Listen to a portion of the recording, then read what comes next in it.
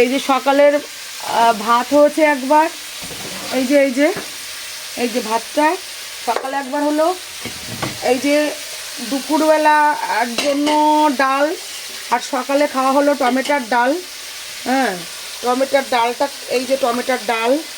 হ্যাঁ, আর হচ্ছে গিয়ে হলো আলু ভাজা।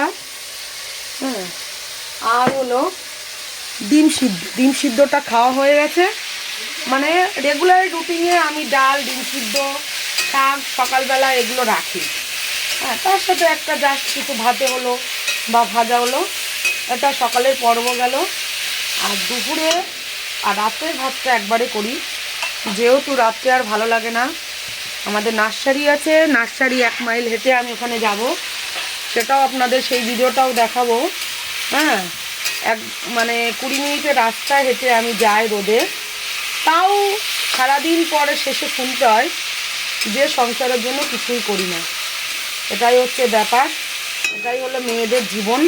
একমাত্র বাবা মা ছাড়া ছেলে মেয়ের প্রশংসা মনে হয়, সে ছেলেই হোক মেয়ে হোক, প্রশংসা মনে হয় খারাপ করলেও বাবা মাই বলে যে না, আমার ছেলে মেয়ে কষ্ট করে বা ভালো। আর যারা ভালো মানুষ তারা বলে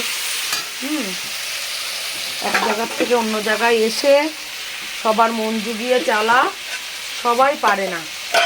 হ্যাঁ, আমরা না ভাতটা কীভাবে রান্না করি দেখো, চালটা গরম হলে আমরা সরি ভুল হয়ে যাচ্ছে, গরমে মাথা ঠিক থাকছে না, প্রচণ্ড গরম, মানে ভাতের জলটা একটু ফুটলে চালটা দিই, কারণ সেই সময় চালটা দিলে ভাতটা ঝরঝরে হয় এবং সুন্দর হয়। আমার আইডিয়াতে যেটা বলে, তোমরা একদিন করে দেখো এবং বলো হ্যাঁ যে ঠিক কী ভুল বললাম কথাটা। যদি ভুল হয় বলো যে ভুল বললেন, বা গ্যাস বেশি পুড়ছে। একটু গ্যাস বেশি পুড়লেও আসল কথা রান্নাটা হয়েছে একটা স্বাদের ব্যাপার। যদি মনে করেন যে একটু স্বাদ করে খাবো, আবার মুখে যদি স্বাদ না লাগে, তাহলে তো মানুষের শরীরে যেটা ঢুকবে সেটা তো গ্রহণযোগ্য হবে না, শরীর গ্রহণ করতে পারবে না, সেটা আরও আপনার শরীরে ক্ষতি হবে। আপনার মুখে যদি মনে করছেন এটা ভালো লাগছে না, তাহলে সেই জিনিসটা খাওয়াটাও উচিত না। যথারীতি এই যে মাংসটাও রান্না করব, হ্যাঁ, টক দই দিয়ে, হ্যাঁ, টক দই, তারপরে আপনারা দেখতে পাচ্ছেন ম্যাগনেট করা টক দই এবং লঙ্কা বাটা, রসুন বাটা, লবণ, হলুদ, তেল দিয়ে ম্যাগনেট করে রেখেছি। এখানে 2 কেজি পরিমাণ মাংস আছে। হ্যাঁ, সেই মাংসর মধ্যে ধরেন 2 থেকে 2.5 চামচ লবণ দিয়েছি পরিমাণ মতো, আন্দাজ মতন। এবার যার যার মুখে যেমন লাগে। হ্যাঁ, 2.5 চামচ হলুদ দিয়েছি, লঙ্কা বাটা 2 চামচ, তারপরে 150 গ্রাম টক দই দিয়ে ম্যাগনেট করে রাখা আছে, আর কাঁচা তেল। হ্যাঁ, আর আমি আবার আর এক টাইপেরও মাংস আপনাদের দেখাবো। আমি এক এক দিন এক এক টাইপের মাংস করি, আপনারা দেখতে পারবেন। আপনারা আমার পাশে থাকুন, তাহলে সব কিছু দেখতে পারবেন।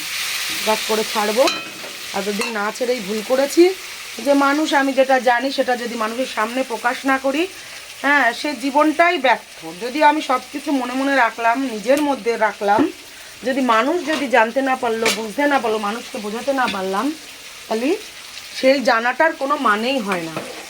এটা আমার মানে মনের কথা আর কি, আমার মেমোরিতে যেটুকুনি খোলা সেটুকুনি বললাম। এবার আমি এটাকে জল দেব ঝোলটার মধ্যে। হ্যাঁ, জল দেব, জল দিয়ে এবার লঙ্কা চিড়ে দেব। এই যে একটু হালকা জল দেব, যেহেতু আমার হাজবেন্ড খায় না, মাংস খায় না, কোনো মাংসই খেতে চায় না, ভালোবাসে না। শাশুড়ি মাংস খান না, শাশুড়ির জন্য মাছ রান্না করতে হয় আমাকে। হ্যাঁ, এই আর কি ব্যাপার। আর বাচ্চাদের তো ধরো মাংস হলেই ভালো হয়, ওদের মাংস দেবা। এখনকার বাচ্চারা সবজিই খেতে চায় না। হ্যাঁ, এটা আর এক ধরনের ওদের অভ্যাস, মানে এখনকার বাচ্চারা কষ্ট করেই খাবে না, এটা হচ্ছে মেন কথা। এই যে লঙ্কাটা দিচ্ছি, লঙ্কাটা আমার ধোয়া ছিল ঝুড়ি করে, তার থেকে চিড়ে চিড়ে দিচ্ছি। আপনারা সব কিছু খেয়াল করুন, তাহলে বুঝতে পারবেন। অবশ্য আপনারা হয়তো আমার থেকেও রান্না বেশ জানেন, এটা আমি মনে ভাবি, শেখার কোনো শেষ হয় না। আপনারা যদি ভালো ভালো রান্না জেনে থাকেন তাহলে কমেন্টে জানান। গরমে কোন খাদ্যটা খেলে সবচেয়ে উপকার সেটা আমি করার চেষ্টা করব এবং আপনাদেরও দেখানোর চেষ্টা করব।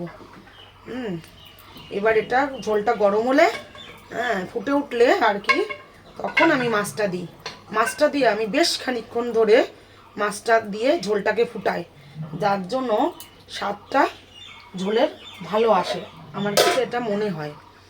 এখন অনেক বড় বড় রাঁধুনিরা আছেন, তাদের অভিজ্ঞতা অনেক রকম। অনেকে আছে নামানো কিছুক্ষণ আগেই মাছটা দিয়ে ফুটিয়েই নামিয়ে ফেলে যাতে মাছটা ভাঙবে, কিন্তু আমার মাছটা কখনো ভাঙেনি, এটা আমার অভিজ্ঞতাই বলে। মানে আমি 7 বছর বয়স থেকে রান্নাটা খুব ভালোবাসি, ভালোবেসে রান্নাটা করতে ভালোবাসি। আমার বাবা কোনো দিন রান্নার ধারে যেতে দিত না, আজ আমার বাবা নেই, কিন্তু আমি জোর করে গিয়ে গিয়ে শিখতাম। যেদিন আমার বাবা হাওড়াটে স্টলে যেত, আমাদের রেডিমেড ব্যবসা ছিল। এখন বলবেন যে আপনার কাহিনী শুনতে বসেছি, কাহিনী না, আজ বাবা নেই তো তাই বাবার কথাটা মনে পড়ছে। এই 8-10টা লঙ্কা দেব, মানে এর মশলাই হবে এই লঙ্কা চিরা ঝোল, একটু হালকা পাতলা। আর যেহেতু রাঁধুনিটা নেই, একটু সামান্য হালকা জিরে বাটা দেব, দিয়ে নামিয়ে ফেলবো ঝোলটাকে। আর একটু চাটনি আমাকে করতেই হবে ডেলি, যেহেতু বললাম আপনাদের আগে যে আমার শাশুড়ি চাটনি ছাড়া, আমার মেজ বাসুর আছেন বিয়ে করেননি, উনিও চাটনি ভালোবাসেন, ওর জন্য চাটনিটা আমাকে করতেই হবে। এবং তারপরে আছে আমার হাজব্যান্ড, ভীষণ ফেভারিট জিনিস, আমার শ্বশুর মারা গেছেন, শ্বশুরও খুব ভালোবাসতেন চাটনিটা।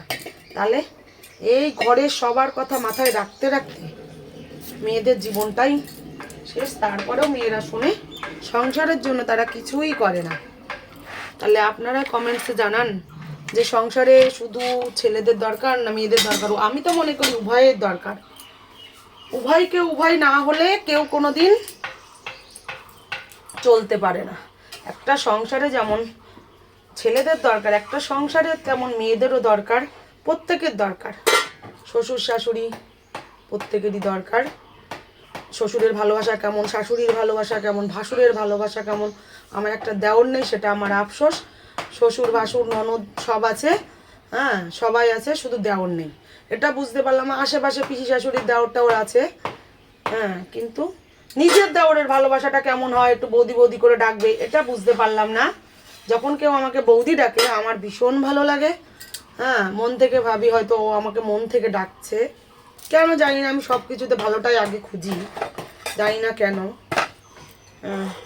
এটা আমার গুণও বলতে পারেন এবং আমার মনের অভ্যাসও বলতে পারেন।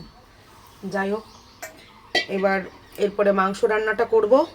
একটু আধা ঘন্টা ম্যারিনেট হোক মাংসটা, তার মধ্যে আমি অন্য কাজগুলো গুছিয়ে নিই। মানে আবার আমার 2টোর মধ্যে রান্নাটা সারতে হবে। আমার ভাসুর আসবে, সকালে রান্না শেষ, আবার দুপুরে রান্না শুরু। তার মধ্যে আবার আমার 10-15টা ওষুধ আছে, খেতে হয়, কিন্তু আমি অ্যাভয়েড করে চলি। কেননা কারণ অত ওষুধের অ্যাকশন শরীরে আর সহ্য করতে পারে না। মানে কোনো রোগ আমার বাকি নেই, জানি না কতদিন আপনার সামনে আসতে পারবো সুস্থভাবে। কামনা করি অবশ্যই যেন আপনারা ভালো থাকবেন এবং আমার জন্য একটু ভালো কামনা করবেন। আপনারা অবশ্যই করেন, না করলে এত লোক ইউটিউবে এসছে, তারা আপনাদের জন্য এগিয়ে যেতে পেরেছে এবং আগামীতেও পারবে। ইউটিউব চ্যানেলকে জানাই অনেক ধন্যবাদ, মানুষকে এই প্ল্যাটফর্মটা দেওয়ার জন্য। মানুষ করে খেতে পারছে না, এই লকডাউনে মানুষ ভুলে গেছিলো কী করে খাবো, এটাই ব্যাপার হয়েছিল না। লকডাউনে প্রচুর মানুষ এই চ্যানেল খুলেছে, প্রচুর মানুষের পেটের ভাত মানে হয়েছে এই চ্যানেল থেকে।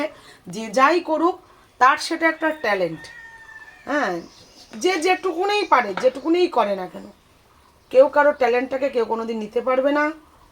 যাই হোক, রাখছি, ভিডিওটা অনেক বড় হয়ে গেল, আগামীতে একটু ছোট করার চেষ্টা করব। বাই, টাটা, ভালো থাকবেন।